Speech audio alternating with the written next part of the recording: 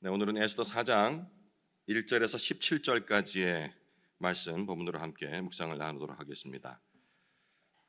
753쪽, 구약 753쪽 근처 찾으시면 되겠습니다. 에스더 4장 1절에서 17절까지의 말씀입니다. 자, 여러분 한 절씩 교독하겠습니다.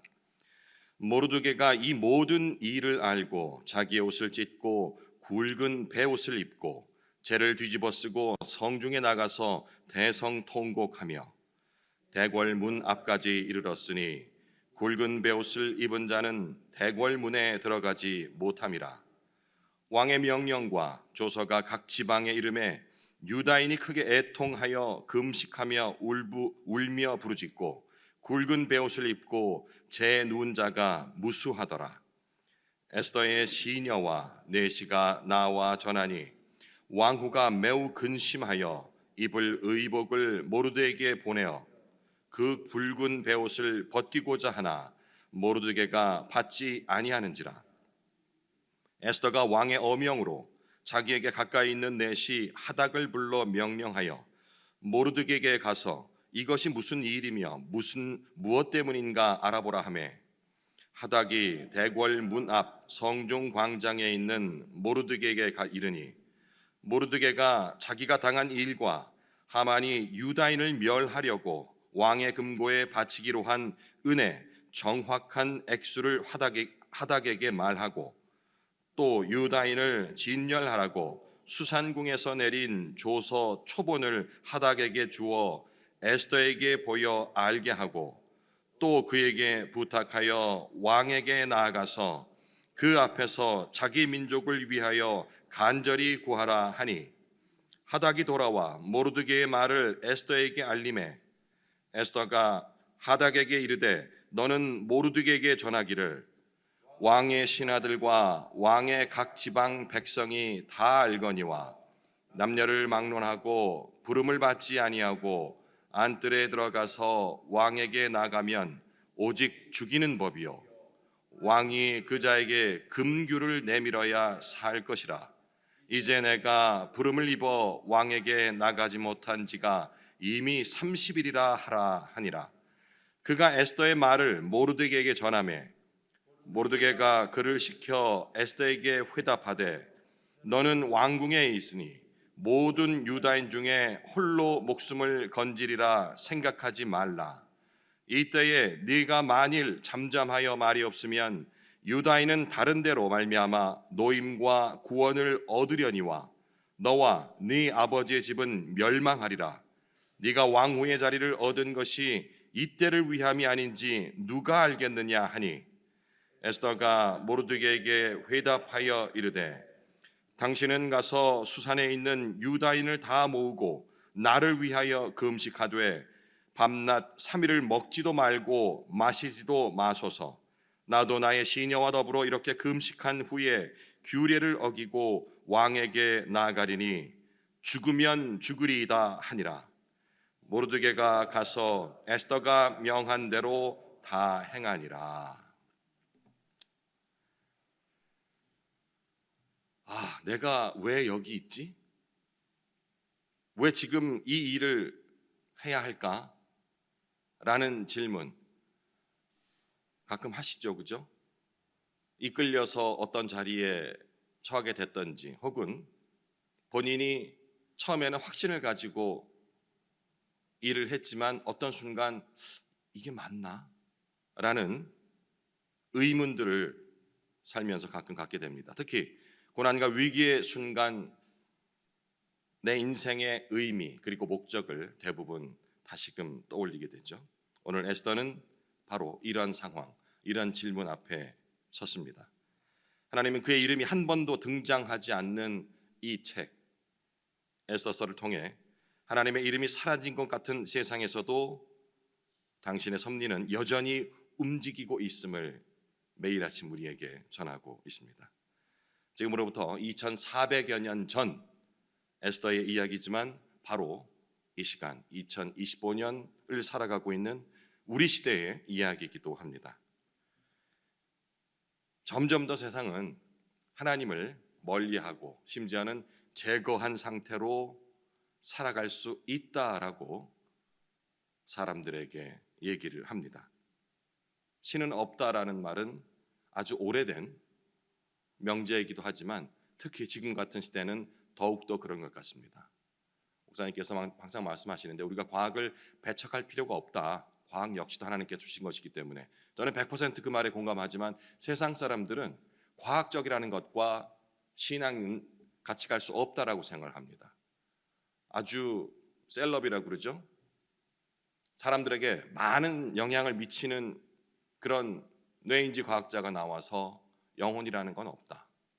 고로신은 없다. 뭐 이런 얘기들을 아주 부드럽게 지적인 언어로 얘기를 합니다. 사람들은 끄떡끄떡해요. 이런 시대를 살아가고 있지만 성경은, 하나님의 말씀은 그 어둠 한복판에서도 하나님을 통해서, 하나님은 사람을 통해서 일하신다라고 에스더서는 우리에게 메시지를 전하고 있는 겁니다. 모르드게는 민족 멸절이라는 끔찍한 조서를 들고 옷을 찢고 굵은 베옷을 입고 병전문 앞에서 대성통곡을 합니다. 이것은 단순한 그런 감정의 표현이 아니라 죄와 절망 속에서 하나님 앞에 나아가는, 지금 신약 시대를 살고 있는 우리에게는 조금 어색할지 모릅니다만 구약 시대의 가장 간곡한 회개의 표현이라고 이해를 하시면 되겠습니다. 그리고 그 통곡은 공동체 전체로 번져나가죠. 3절입니다. 왕의 명령과 조서가 각 지방에 이르매 유다인이 크게 애통하여 금식하며 울며 부르짖고 굵은 베옷을 입고 재에 누운 자가 무수하더라.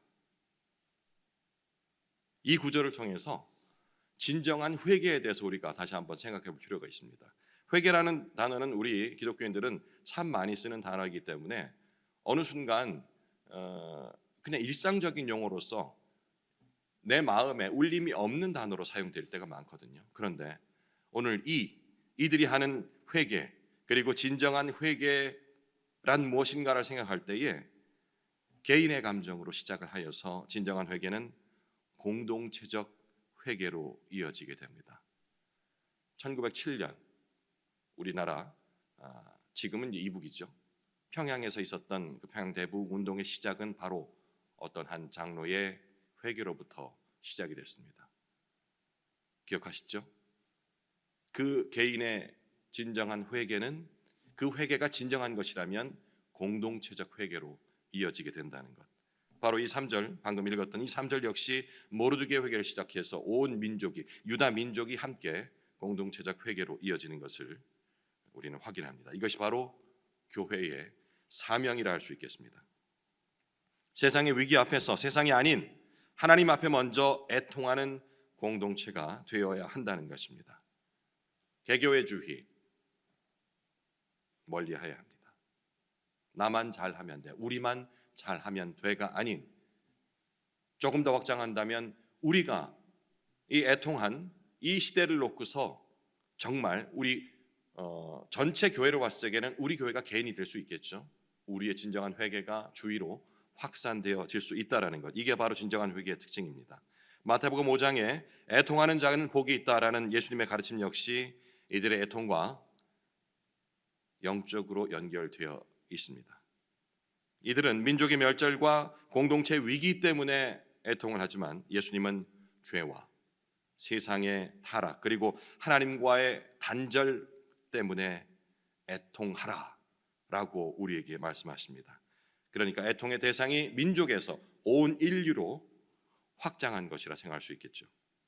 그리고 이렇게 애통해하는 것에 대한 하나님의 반응은 에스더 이제 향후 나올 7장에서 9장까지에서 확인될 하나님의 섭리를 통한 그들의 구원입니다. 그리고 신약에서 예수님께서 말씀하신 이 애통에 대한 하나님의 반응은 바로 그들에게, 애통하는 자들에게 위로와 회복을 약속을 하신다는 것, 서로 맞닿아 있다 할 수 있겠습니다. 바울은 고린도후서 7장 10절에서 그리스도인의 애통에 관해서 이렇게 정의합니다. 하나님의 뜻대로 하는 근심은, 애통이 되겠죠, 후회할 것이 없는 구원에 이르게 하는 회개를 이루는 것이요. 다른 언어로 표현됐지만 역시 같은 흐름을 가지고 있다라는 것을 우리가 알 수 있습니다. 에스더는 모르드게의 통곡을 듣고 옷을 보내서 그를 위로하려 합니다. 하지만 모르드게는 그것을 거절하죠. 4절, 에스더의 시녀와 내시가 나와 전하니 왕후가 매우 근심하여 입을 의복을 모르드게에게 보내어 그 굵은 베옷을 벗기고자 하나 모르드게가 받지 아니하는지라. 이 에스더가 있는 곳, 그 위치적으로 보자면 에스더는 지금 왕궁 안에 있습니다. 왕궁은 어찌 보면 외부의 고통과 단절된 그런 특권의 공간이라 생각할 수 있겠죠. 그래서 바깥에 있는 후견인 이 모르드게의 상황을 잘 알지 못합니다. 나아가 자기 민족이 멸절의 위기에 처한 것도 모르죠. 그랬기에 그는 순수한 마음에 자신이 할 수 있는 최선의 친절을 보내 베풀어서 옷을 보낸 겁니다. 온실안의 화초라는 얘기를 들었습니다. 참 아름답고 그리고 병치레 하나 없는 아주 순수한 그런 모습을 갖고 있는 화초지만 온실 밖으로 내던났을 적에는 그 생명력이 너무 약해서 살아갈 수 없는 것처럼 왕궁 안에서 얼마를 지냈는지 정확히 기간은 모르겠습니다만은 왕후로서의 생활을 하고 있는 에스더에게는 외부의 상황이 그의 피부에 와닿지 않는 것이었습니다. 이 상황은 복음 전도자의 사명을 받은 우리들에게도 분명히 시사하는 바가 있으리라 여겼습니다. 왕궁 안에 갇혀서 세상의 고통에 무감각해져 버린 이 에스더.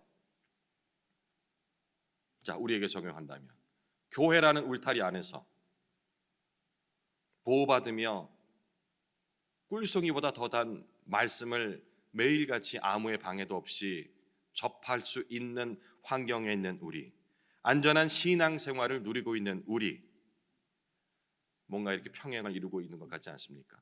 왕궁 안에 있는 에스더와 교회라는 안전한 울타리 안에서 그 누구도 서로를 비방하지 않는 아름다운 공동체 안에서 우리 신앙이 무럭무럭 자라고 있을 것 같습니까? 생각해 봐야 될 문제입니다. 복음은 우리를 세상 속으로 부르는 초청입니다. 예수님은 하늘 보좌의 왕궁을 떠나서 우리 가운데 오셨죠. 그랬기에 우리도 예수님을 따라 왕궁 밖으로, 교회 밖으로 나가야 하는 것입니다. 안으로 마음 맞는 우리끼리 정말 어렵게 내 신앙 칼라에 맞는 신앙 공동체를 찾았어. 난 여기서 죽을 때까지 신앙생활 하고 싶어. 좋습니다. 그런 위안 좋습니다. 회복했다면, 힘을 받았다면 밖으로 나가야 합니다. 전해야 합니다. 왕궁 밖으로 나가야 하는 것입니다. 모르드게의 첫 번째 권면이 내시를 통해 에스더에게 전달됩니다. 내용은 이렇습니다. 7절과 8절의 내용인데요. 하만의 계략으로 유다 민족이 멸절당하게 됐으니 왕에게 나아가 민족을 위하여 살릴 수 있게 구하라라는 모르드게의 첫 번째 권면이죠. 하지만 아직 영적 각성을 하지 못한 이 에스더는 왕국의 규례상 자신이 나설 수 없는 처지를 알립니다. 자세히 설명을 하지 않겠습니다. 30일 동안 이렇게 부름을 받지 못해서 왕궁의 규례상 이 왕후가 아무리 왕후라도 나갈 수 없다. 나갔다가 잘못되면 죽을 수 있다. 이런 식의 내용이 되겠죠. 이때 하나님은 모르드게를 사용하셔서 안락한 왕궁의 생활에 영적 눈이 가려진 에스더에게 도전합니다. 이 장의 핵심, 어찌 보면 성경 전체를 통해서도 가장 유명한 고백 중에 하나이라 생각됩니다. 13절과 14절인데요. 모르드게 도전은 아주 단호하죠. 네가 왕궁에 있으니 유다인 중에 홀로 목숨을 건질 줄 생각하지 말라. 네가 왕후의 자리를 얻은 것이 이 때를 위함이 아닌지 누가 알겠느냐. 만약 네가 안 한다면 그 구원은 다른 데에서라도 임할 것이다 라고 사뭇 아주 경고하는 듯한 단호한 말을 하는 것입니다. 모르드게는 하나님의 주권을 지금 신뢰하고 있습니다. 네가 안 한다면 그 구원은 다른 데를 통하여서도 분명 임할 것이다 라고 얘기를 한 것으로 봐서요. 1차적으로는 에스더의 행동이 중요하다는 것을 얘기하지만 궁극적인 그 구원의 주체는 바로 하나님이심을 분명히 하고 있다 라고 우리 생각할 수 있습니다. 물론 여긴 하나님이라는 단어는 나오지 않습니다만은 우리는 그 이면의 내용까지도 봐야 하는 거죠. 이 상황 역시 우리에게도 적용이 가능할 것 같습니다. 하나님이 하필 왜 이때에 여기에 나를 두셨을까, 보내셨을까? 지금 이제 바깥에서 생계를 위한 일, 그리고 사람들과의 관계를 위한 일들을 해 나갈 적에 왜 이 사람을 하필 만나게 했을까? 내가 왜 하필 여기에 있을까라는 질문을 하게 되는 거죠. 혹은 지금 이 본문의 모르드게처럼 누군가 나에게 송곳과도 같은 질문을 던졌을 때 저 사람 왜 저러지? 나랑 평소에 친했는데 왜 나에 이렇게 공격적으로 얘기를 하지? 그런 경험도 있으시죠? 이때 그 사람이 나에게 뭔가 섭섭한 게 있나? 라는 인간적인 판단이 아니고 하나님께서 저 뾰족한 송곳 같은 말 하필 저 사람을 통해서 왜 나에게 전달되게 하셨을까? 라는 도전을 받아야 하는 것입니다. 그때 그 도전에 반응하는 나의 상태가 바로 나의 신앙의 수준이라고, 현재 나의 신앙 수준이라고 생각하시면 됩니다. 나를 힘들게 했으니, 저렇게 뾰족한 말로 나를 공격했으니 너도 한번 당해봐. 네, 그 생각이 든다면 바로 그 생각이 나의 신앙 수준이라 생각하면 됩니다. 절대 그 수준으로는 하나님의 사람을 통한, 그리고 환경을 통한, 말씀을 통한 깨달음이 나에게 올 수가 없다라는 사실을 인정해야 합니다. 이것을 바로 섭리의 신앙이라 얘기합니다. 신앙을 어떤 색깔로 나누는 것은 무의미한 것이겠지만 굳이 오늘 본문을 통해서 얘기를 한다면 정훈아 듣거라 라는 직설적인 말이 아닌 그 상황을 통해서 혹은 남을 통해서 들려지는 그 하나님의 음성이 나에게 임하는, 이것이 바로 섭리의 신앙이라 볼 수 있는 겁니다. 모르드게의 두 번째 도전에 에스더에 잠들어 있던 신앙이, 무뎌져 있던 신앙이 각성합니다.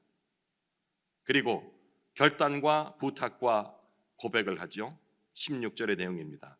여러분 금식하십시오. 저도 금식하겠습니다.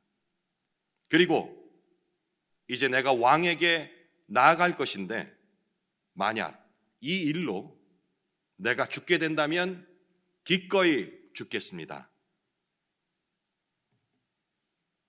저는 여기서 이 죽으면 죽으리라 라는 이 에스더의 고백을 벅찬 감정과 그리고 흥분된 그 결단의 마음으로 순교의 결이다 라고 쉽게 단정 짓지 않았으면 좋겠습니다. 왜 그런 거 하니? 그렇게 일시적인 감정으로 우리도 함께 동화돼서 그래 이 정도 지금 말씀 듣고서는 나도 순교할 수 있을 것 같아 라고 드는 감정은 일시적인 감정입니다. 이런 고백을 들으면 순간 나도 그럴 수 있을 것 같은 그런 용기, 이런 마음이 불끈 솟지만 막상 이 예배당 문을 나가면 현실은 그렇지 않기 때문에 그 일시적이었던 그 감정이, 결단이 슬그머니 수그러들게 됩니다. 그러고 나면요, 내가 이 여기서 뜨겁게 눈물을 흘리며 고백했던 결단의 말들이, 심지어 순교의 그런 결단들이 그 고백을 지키지 못할 내 자신을 바라보면서 두려움, 내 자신, 그리고 그 두려움은 마치 내가 신앙의 배신자가 된 듯한 그런 정죄함으로 또 이어집니다. 죄책감에 빠지게 되는 거죠. 그 죄책감에 빠진 나는 남에게 얘기하지 않지만 내 신앙이 이 정도야 라는 자기 나락으로 이끌어가고 자기 스스로를 비겁한 인간으로 정죄하게 되는 겁니다. 그때 바로 사탄이 그 마음속으로 들어옵니다. 우리 마음속에 들어와서 거봐 너는 안 돼. 네가 아무리 입으로 떠들고 무슨 헌신하겠노라 뭐 하겠노라 했던 고백들 지금 네 현실이야. 너는 안 돼. 너는 하나님을 더 욕되게 하는 아주 비겁한 인간이라고 라는 내 속의 울림을 자꾸 마치 그게 양심인 듯한 착각을 느끼게 해서 결국 신앙을 저버리게 만듭니다. 왜요? 이렇게 얘기하죠. 만약에 거기서 인정 못 받고 네가 그 조직에서 이 신앙 울타리 안에서 그들을 해롭게 하고 그리고 배신자로 낙인찍힐 것 같으면 굳이 뭐하러 그렇게 괴롭게 그 안에 생활을 해? 차라리 그쪽에서 널 버리기 전에 네가 먼저 버려. 신앙을 떠나게 되는 거죠. 차라리 네가 먼저 외면해서 그 고통으로부터 지금 네가 갖고 있는 그 죄책감과 고통으로부터 자유로워져야 돼. 에스더가 모르드게의 말에 처음부터 믿음의 결단을 내린 건 아닙니다. 그죠? 그냥 온실 안에 있던 화초처럼 옷을 보내가지고 왜 그러십니까? 옷 갈아입고 오세요 하고 그리고 나아가서 고해야 돼 하니까 제가 지금 30일 동안 불을 못 받아서요. 괜히 나갔다 잘못하면 죽어요. 지금 인간적인 그 두려움 때문에 거절하는 거예요. 그죠? 이걸 뛰어넘어서 그냥 죽으면 죽으리다 이것만 기억하게 된다면 그걸 행하지 못하는 나 자신을 보면서 내 신앙이 흔들릴 수 있다라는 그 부분을 저는 오늘 봤으면 하고 싶어서 말씀을 드리는 거예요. 에스더가 그랬습니다. 죽으면 죽으리다가 단번에 나온 것이 아니라는 사실. 예수님도 십자가형을 두려움 없이 단번에 자진해서 받은 것이 아니라는 사실. 우리가 가만히 성경 말씀 떠올려 보면은 아실 겁니다. 하나님은 이런 인간의 연약함을 아시기에 아들 예수를 신의 모습이 아닌 인간의 모습으로 보내셔서 인간의 모든 감정을 다 체험하게 하시고 심지어 죽음의 두려움까지 맞닥뜨리게 하셔서 이 죽음의 잔을 내게서 옮기옵소서라는 지극히 인간적인 고백까지 하게 하셨습니다. 사실 이 고백은 하나님과 삼위일체이신 예수님께서는 하실 필요가 없는 그런 고백입니다. 이 잔을 나에게서 옮기옵소서. 그냥 자기가 치우면 되죠. 하지만 이 순간만큼은 인간의 그 두려움에 함께 공감을 하며 그 고통에 표현을 하신 것이라고 생각할 수 있습니다. 하나님께서 우리의 두려움까지도 모두 알고 계신다는 것을 인간의 형체로 보내신 아들 예수님을 통해 알려주기 위한 하나님의 계획이었다고 생각할 수 있는 것입니다. 우리가 에스더의 죽으면 죽으리다라는 고백 이전의 인간적인 두려움과 갈등을 기억해야 하는 이유입니다. 두려움이 없는 상태를 아주 용기 있다라고 얘기하지 않습니다. 용기는 이 두려움이라는 것을 제한 후에 찾아오는 것이 아니고요. 잘 생각해 보십시오. 내가 굉장히 용기가 불끈할 때에는 내 안에 있는 두려움이 사라지는 것이 아닙니다. 두려움 대신 믿음을, 더 큰 신뢰인 믿음을 붙잡는 것이 바로 그게 용기인 겁니다. 예수님도 그랬기에 잔을 옮겨 달라는 그 두려움의 고백 뒤에 나의 뜻대로 마옵시고 아버지의 뜻대로 하옵소서라는 그런 믿음의 고백을 한 것입니다. 죽으면 죽으리라 고백한 순간, 이 말을 뱉은 순간 에스더는 더 이상 왕후가 아니었습니다. 그녀는 그 순간 바로 믿음의 사람, 하나님의 사람이 된 것입니다. 우리가 어떤 위치에 있든 이때를 위함이구나 라는 그 부르심의 깨달음이 있어야 하는 것입니다. 직장에서도 가정에서도 심지어는 교회 내에서도 내가 지금 있는 자리는 하나님의 구속사의 그 한 조각, 구속사 중에 한 조각일 수 있다라는 사실, 나 같은 게 무슨 도움이 될까? 왜 하필 나를 이 자리에, 왜 나를 이 바쁜데 순장을 맡겼지? 왜 하필 저 친한 사람을 놔두고 좀 불편한 그 사랑방에 나를 편성시켰을까? 이런 의문에서 그치지 않고 적극적으로 전도사님에게, 목사님에게 혹은 다른 수장님에게 나 좀 옮겨주세요. 제가 누군지는 모릅니다. 그런 분이 있는지조차도 모르겠어요. 만약에 그런 생각을 가졌다, 그리고 행했다 한다면 왜 하필 나를 이 자리에? 라는 질문을 통해서 내 신앙을 더욱더 성숙시킬 믿음을 붙잡는 훈련을 하실 필요가 있는 겁니다. 이제 우리가 부를 고백, 지금 우리 박희영 권사님이 감기 조심하십시오. 기침 감기에 걸려가지고 오늘 못 오셨는데 주님 제가 여기 있습니다. 나를 사용하시옵소서 라는 그 마음이 바로 이 본문을 통해서도 가질 수 있는 마음이라 생각합니다. 이제 남은 시간 개인적으로 묵상을 이어가실 때 나는 지금 나의 자리에서 아까 말씀드렸죠. 섭리의 믿음, 섭리의 신앙, 하나님의 섭리를 믿는가? 라는 질문을 스스로에게 한번 던져보십시오. 교회 다니는가 말고요. 하나님의 섭리, 어떠한 곳에서도 응답이 없는 것 같은 그 막막한 현실 속에서도 하나님께서 역사하실 것을 믿고 있는가라는 질문. 그리고 내가 혹시 이 오늘 에스더서에 나온 이 모르드게처럼 모르드게의 외침과 같은 주위의 외침을 외면한 적은 없는가? 나는 중보자의 부르심을 듣고 있는가? 아니면 피하고 있는가? 복음은 나에게서 이 왕궁을 떠나라고 외치고 있는데 내가 속한 왕궁은 어디인가? 그게 교회가 될 수도 있고 든든한 나의 가정이 될 수도 있습니다. 혹은 자신만이 아는 어떤 후견이 될 수도 있겠죠. 그 안락한 그 왕궁 속에서 바깥의 얘기를 듣고